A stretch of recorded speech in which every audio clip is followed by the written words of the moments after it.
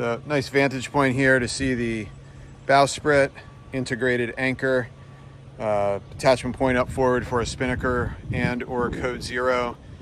Windlass, of course, with control aft. We'll look at that. Very large sail locker, which is a nice feature. It's because the forward cabin is pushed back a little bit, which gives you a larger forward cabin. We'll see. This is the mainsail arch that's down on deck right now. We'll have a look at that as well. This boat has the self-tacking jib sheet track, which is handy at times. So it's nice that you have that built-in feature. Also, generous sheet track, so we'll look at that.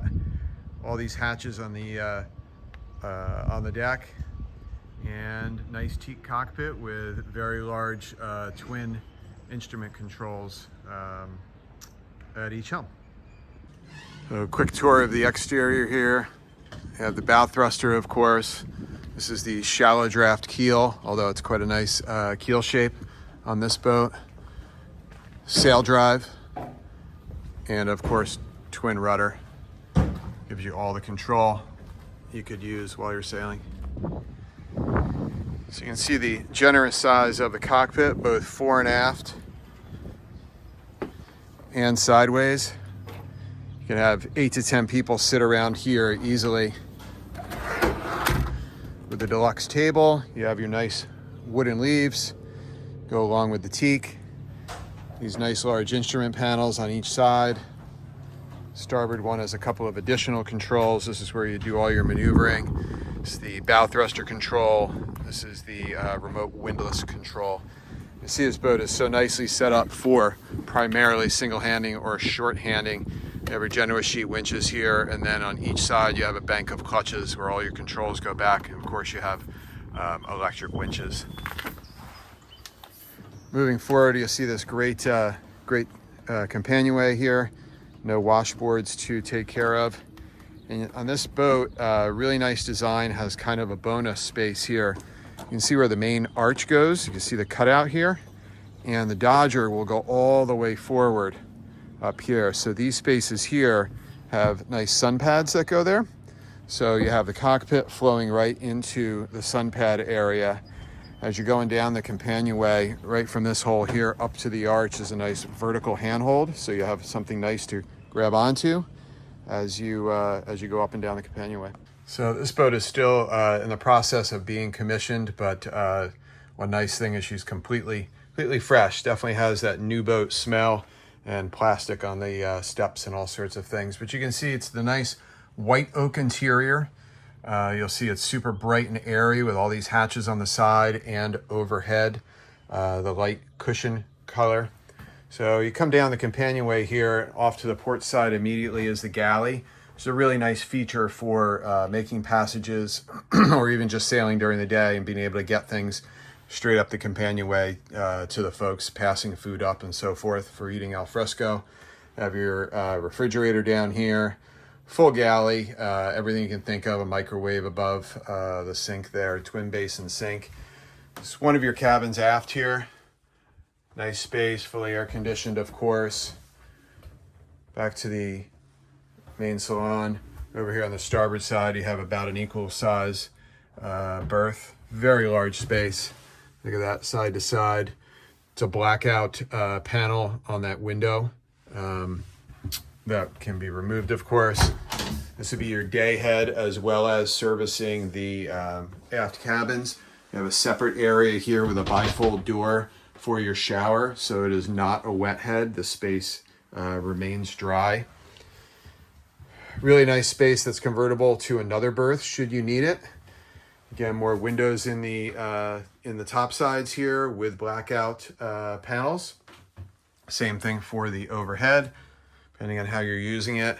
It's a really nice space with a flip-up feature that creates sort of a chase lounge, and looking forward to your desk should you be doing some work while you're underway or while you're spending a couple weeks cruising.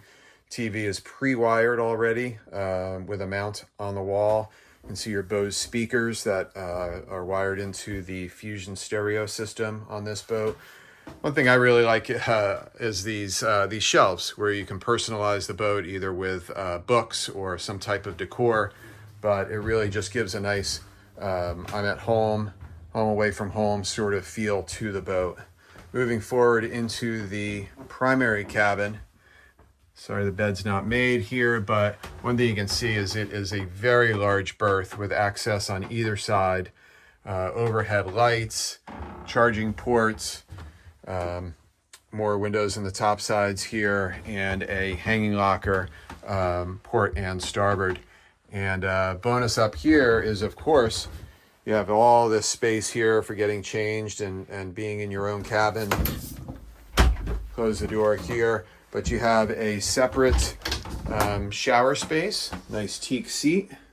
But this is your shower over here. And then you have the toilet over on the other side, electric freshwater flush. So it's nice to separate that for a lot of reasons. Great feature for people up here in the primary cabin.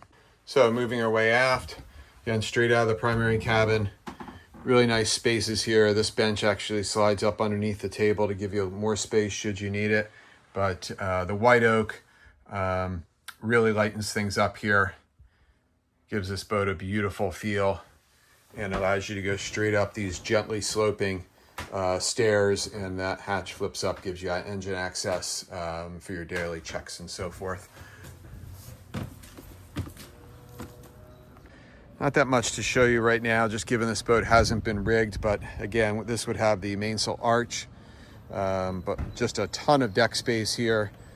People might have a couple of sun pads in this space here for lounging once you're on a mooring or at anchor.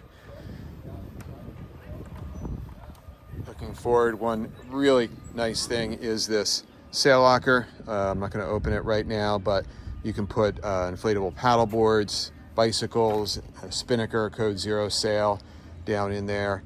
Really nice feature you don't find on every boat. And then again, that anchor windlass, which can be controlled up here or aft.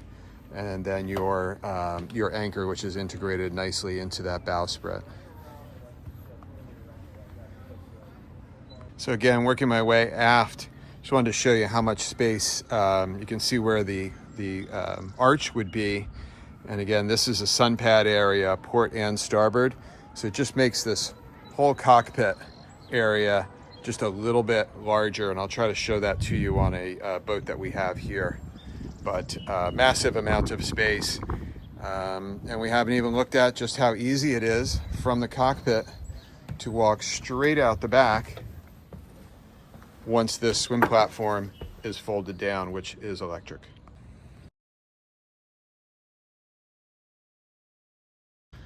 This is a 46.1 that we sold a couple of years ago. Went with the blue painted hull and teak decks. Should you like that? It certainly dresses things up a lot. There's your anchor roller in the bowsprit like the other boat.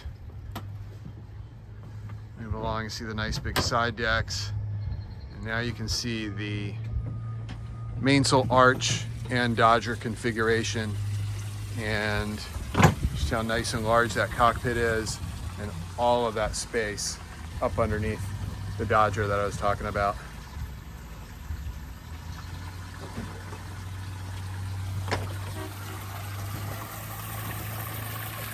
And this whole platform here pivots down, creates a massive swim platform. That box right there is actually the outdoor grill feature. So when the swim platform is down, that little box right there pivots out. The lid comes up and there's a grill there. It's an option, it's a nice feature. Same situation with the extra large instrument panels on both helms. This boat has the upgraded composite steering wheels. And again, you have your clutches and your powered winches right here. So one person can very effectively sail this boat. And then they have the Dodger, which you'd want for the islands. But think about all of this space when you are in the BVI and it's raining, or obviously it's very sunny, and you just have all of this space here. And some people might take this center section out, which you can easily do any day. This boat also has the in-mast furler, which makes life just a ton easier for you, as well as the jeanneau sheet.